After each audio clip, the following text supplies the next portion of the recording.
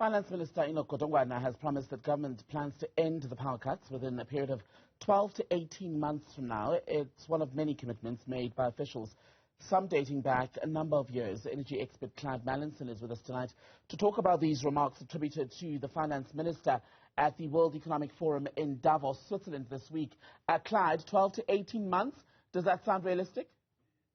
Yeah, I think he knows something that none of us know, but that would be great if that was possible. But I kind of think that people should be very cautious about making these kinds of estimations. Now, I've been on record previously at saying that I think we could cut back dramatically on load shedding within about 2 years. But unfortunately, that was 2 years ago when things in the coal fleet were looking a bit rosier, and I'm not sure that I would stand by that same assertion today. So, yes, it's. I think one of the other ministers, I forget who exactly, has said it will be within 6 to 9 months that we'll see the end to load shedding. So, yeah, I hope they're correct, but I fear that they aren't. What would need to happen to be able to get rid of these power cuts within a period of a year to a year and a half that hasn't already been tried? Nothing, I'm afraid. We've got ourselves to a point now where we painted into a corner, and we pretty much exactly where we thought we would be now, given what we haven't done, if that makes sense. So we're sitting, we're sitting at a point now that we probably would have reached maybe 2 years earlier had we not had COVID. So when we had COVID in South Africa in 2020, the drop-off in demand gave us a reprieve to do something about it. And unfortunately, over the last 3 years, we've done little about it. So we haven't used that opportunity, and I know that's history now. But we've got ourselves back to a position now where the fleet is 3 years older than it was 3 years ago, obviously. And we've done very little, and we haven't treated it as the crisis and emergency that we should have treated it as. So I've been on record often of saying that I wasn't looking for the declaration of a state of emergency, which conjures up troops on the streets and curfews at night. I was looking for the energy crisis to be treated as an emergency in order to stave off the disaster that we are now seeing. And unfortunately, that seemed to fall upon deaf ears. So it's tight now. There are things we can do, but at the moment, we need to be looking at two levels. The one is to cope with the level of load shedding, and the other is to try and reduce it. We've passed the point where we can easily just reduce and get rid of load shedding. We're going to have to learn to live with it, I'm afraid. When you look at the Reuters copy in which the comments to Minister Godongwana have been published today, he also says this, so-called stage 6 power cuts, which we've had to endure in the last week or so, which mean at least 6 hours a day without electricity for most people, would no longer be needed within about 5 months as facilities are revamped and measures such as demand management take effect. I asked you about the 1 year to year and a half target and whether that was realistic, but when you look at that, can he really make such a bold commitment or even state that so publicly, given how rapidly the situation at Eskom has been known to change?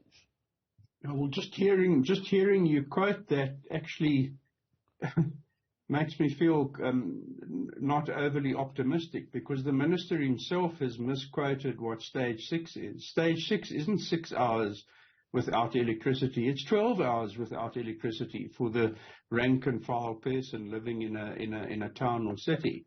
And stage six basically means 6,000 megawatts removed from the grid. It's not akin to 6 hours of load shedding.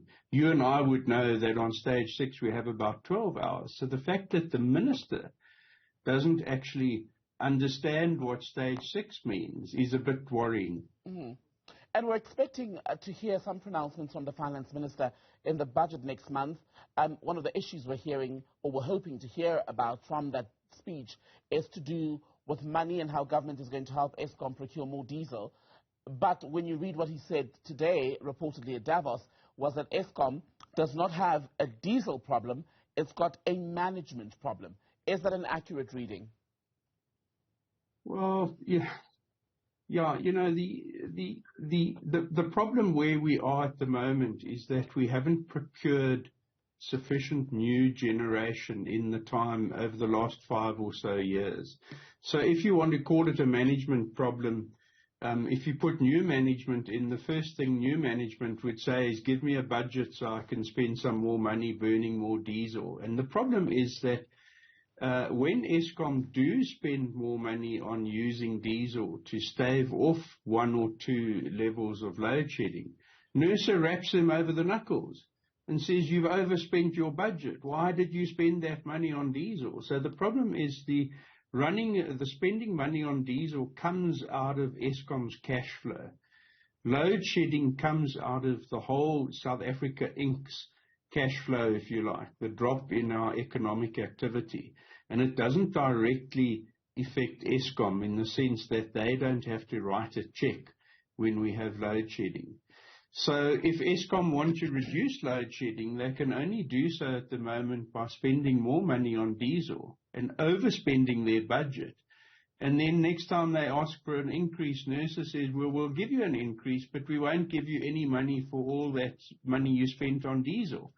And so, you know, about 3 months ago, Eskom threw down the gauntlet, if you like, and said, if you won't give us money for burning diesel, we won't burn it and we'll just have more load shedding.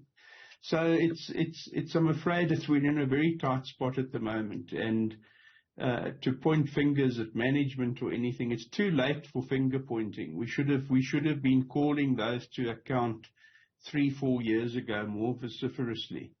And unfortunately, many of us were perhaps too timid in challenging some of the ridiculous decisions that were being made with regard to what needed to be done. And here we sit now.